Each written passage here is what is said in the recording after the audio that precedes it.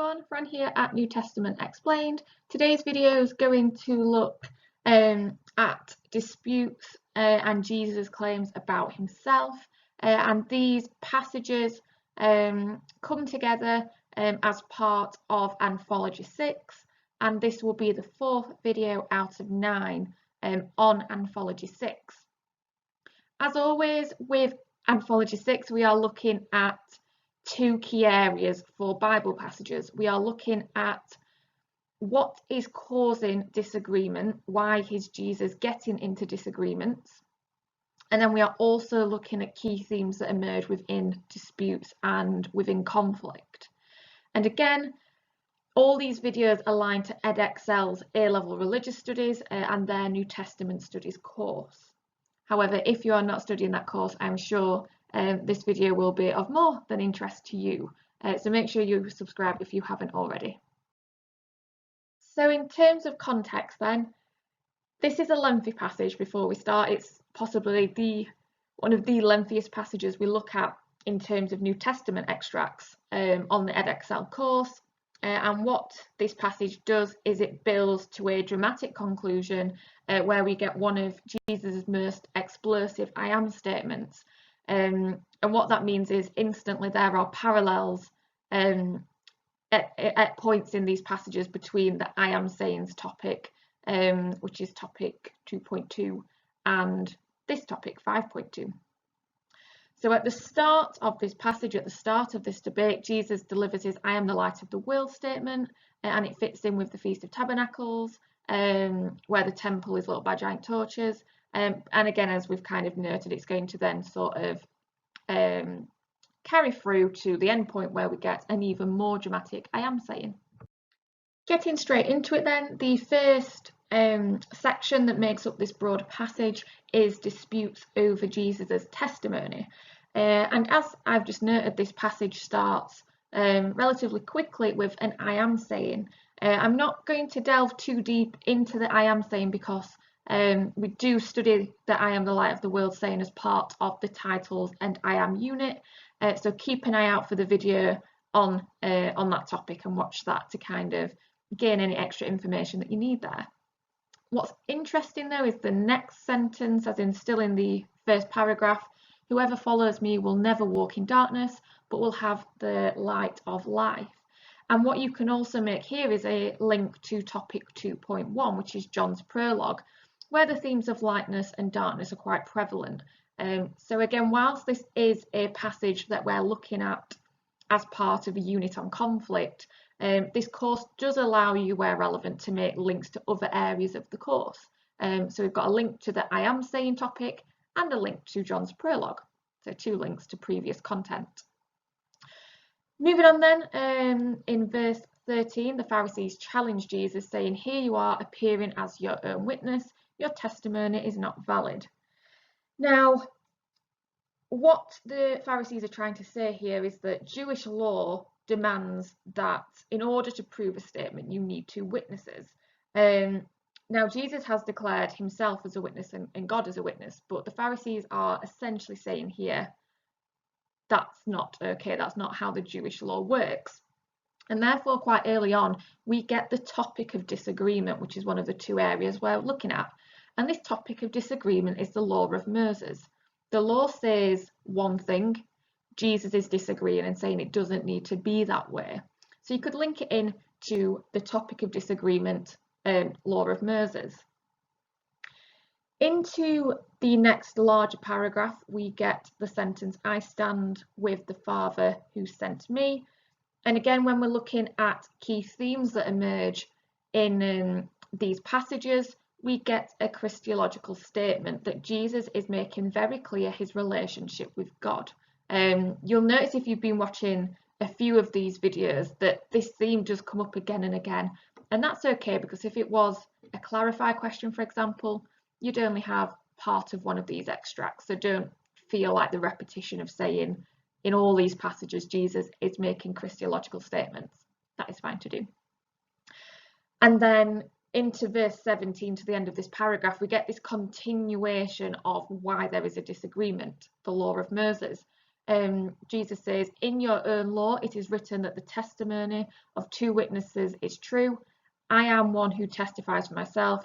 My other witness is the Father who sent me. So again, he's reiterating almost kind of a flaw with the law. He's kind of saying that in his eyes he has 2 witnesses and that's not enough for you. So he's trying to undermine the law about 2 witnesses. Things start to escalate, and this passage, this section of the passage ends with the line, yet no one seized him because his hour had not come. And what you get here is, with hindsight, us knowing sort of how this narrative is going to play out ultimately, we understand that as the hour being the hour of his death. So it's quite interesting that the way John writes his gospel kind of alludes forward. Jewish leaders, however, seem confused. They seem curious, and they don't ultimately understand Jesus's identity. But with that sentence, we can understand what is meant by the term "his hour had not come." Moving on to the second section that makes up this passage, we've got disputes over who Jesus is. And this again, so this passage is kind of continuing, carrying on from the previous.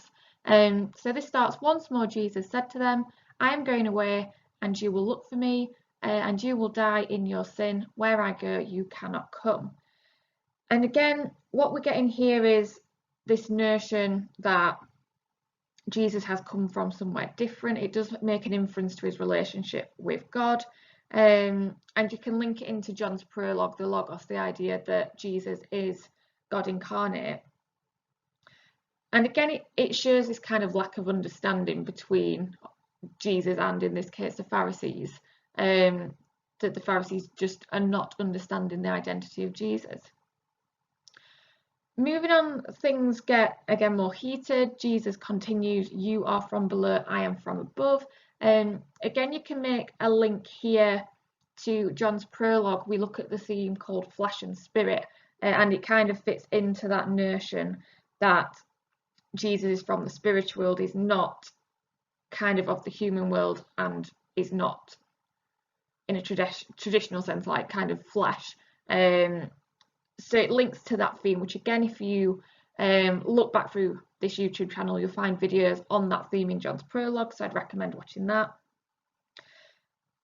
And so again, we've got this difference, we've got this idea of Christology, this relationship between Jesus and God that differentiates Jesus, so you can kind of link to that as well. Moving on, we get, who are you? They asked, just what I have been telling you from the beginning. This in the beginning can be seen as a reference to Genesis that begins in the beginning, but you will also know by now, if you are studying the Edexcel course, that John's prologue begins with in the beginning. So you can make links there to this kind of repetition of the in the beginning phrase. And remember, in Genesis, in the first book of the Old Testament, we get the word Bereshit, which is in the beginning in Hebrew. So it's Jesus making clear the idea that kind of this goes back to the beginning. So you can also link that sentence to past topics we have studied.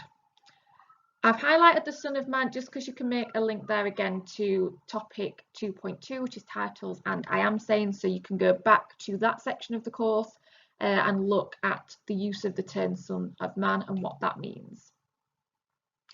In terms of this passage then, in terms of the topic of disagreement, we've got a continuation of the law of Moses. This continues on from the previous, so the topic of disagreement hasn't changed. What we have got in terms of key themes, we've got again Christological statements where Jesus tells the Pharisees about his relationship with God. We have got references to the Father in this passage, admittedly not highlighted, but they are in this passage too. And I think what you can say across these passages more generally is that there is the threat to power. Jesus is challenging the Pharisees' authority, he's challenging their laws, and in that moment they will have felt threatened, they will have felt like their authority is being challenged. So you can use various quotes of your choosing to support the notion that there is a theme here that there is a threat. Jesus is posing a threat to the power of the Pharisees.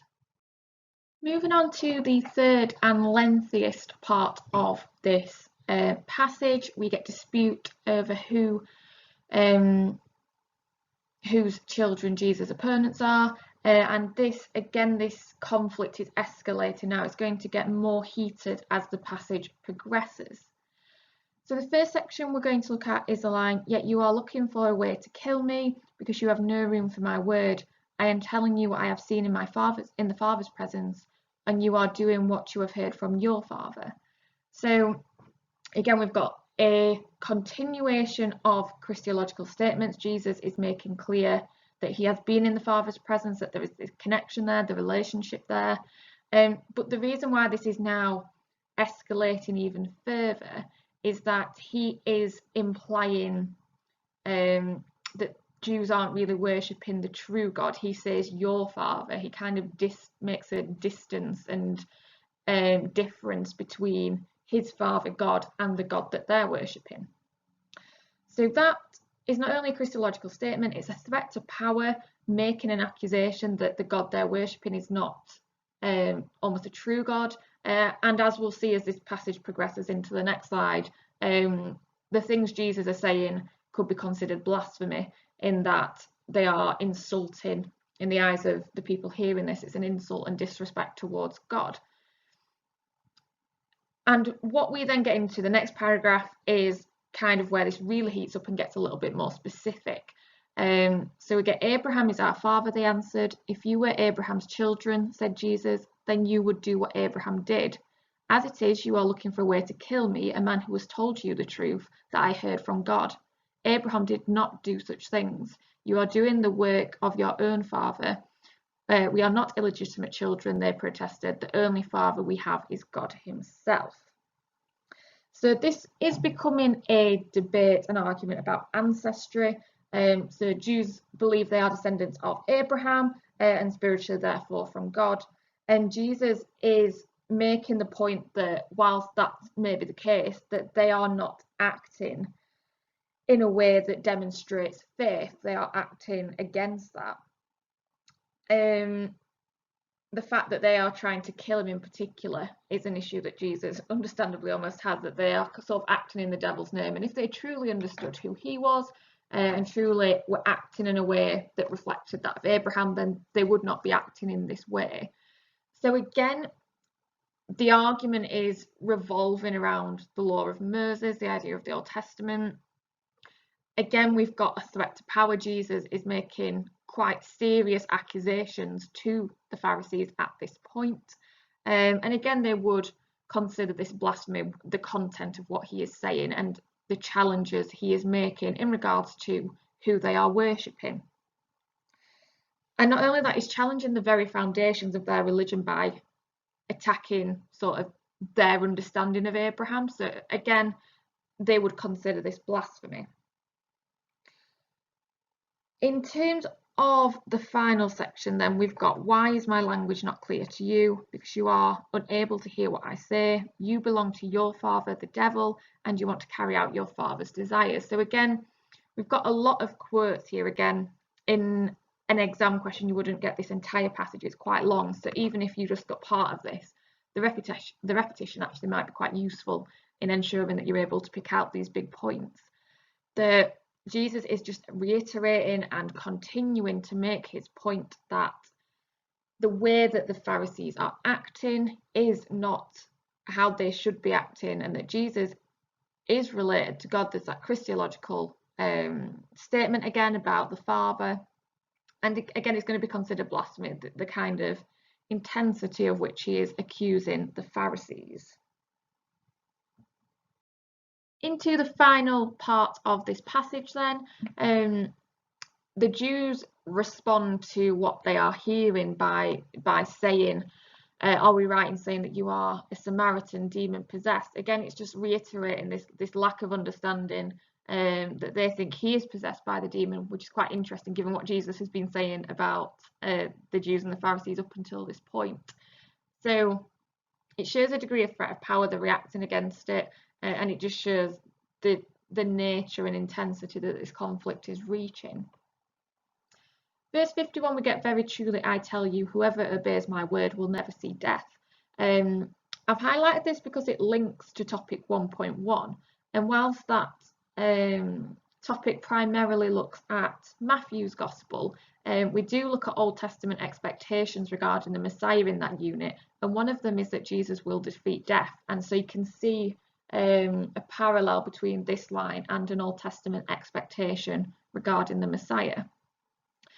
I've also highlighted it because it links into and sets up almost the verse 53 that is highlighted next. Are you greater than our father Abraham? He died, and so did the prophets. Who do you think you are? Again, it's showing the intensity. It's showing that this topic of disagreement remains to be the law of Moses and Old Testament scriptures and how they should be interpreted and how Jesus fits into them in terms of who he is. We've got the notion that the Pharisees and the Jews are feeling threatened. Who do you think you are? So again, that escalation in conflict is evident. We also get this hint of the impression that the Jews and Pharisees think that Jesus has committed blasphemy. Are you greater than our father Abraham? They're almost setting him up to commit blasphemy and asking that question, although they would probably argue that he's essentially been saying this before. So you kind of get this kind of underpinning in sense of blasphemy, which again is the idea that Jesus is insulting or disrespecting God. Moving on to the next section then, Jesus replied, if I glorify myself, my glory means nothing. My Father, whom you claim as your God, is the one who glorifies me. Though you do not know him, I know him. So, theme of Christology appears again. Jesus is making sure that he is identified as the Son of God and God is his Father. And again, we get this real threat to power because he is saying, you do not know this God, I know him. It's that quite divisive statement, that very accusatory statement. So Christology comes out, threat to power comes out. Again, I've said this quite a lot across these passages purposefully because it just occurs again and again. Finally, we end on quite an explosive verse, or a couple of verses actually. Very truly, I tell you, Jesus answered, before Abraham was born, I am.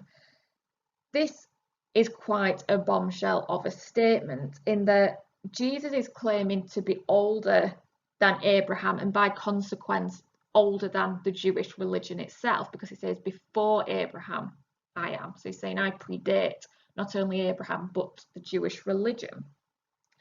He's identifying himself as the God incarnate. Remember, I am. You can look back into the topic 2.2 videos to look at the background of the phrase I am and why that is particularly significant, that he is using those words to describe himself and the link that makes to God, especially when you look back through scriptures and the relevance of that statement. And therefore, what you've got is a huge Christological statement, I am, suggesting I am the God incarnate. That's a huge Christological statement. And as we get into the final verse where they pick up stones to stone him, the Pharisees have evidently seen that last quote as blasphemy, because stoning is the punishment for blasphemy. And you can kind of elaborate on how they're understanding the quote, before Abraham was born, I am. At that point then, I believe we have finished the analysis of this passage. On the next slide, I'm just going to give you a quick roundup of how you should feel about all of that collectively. So finishing this off then, you'll have noticed I've referred to the same themes and the same cause of conflict again and again and again.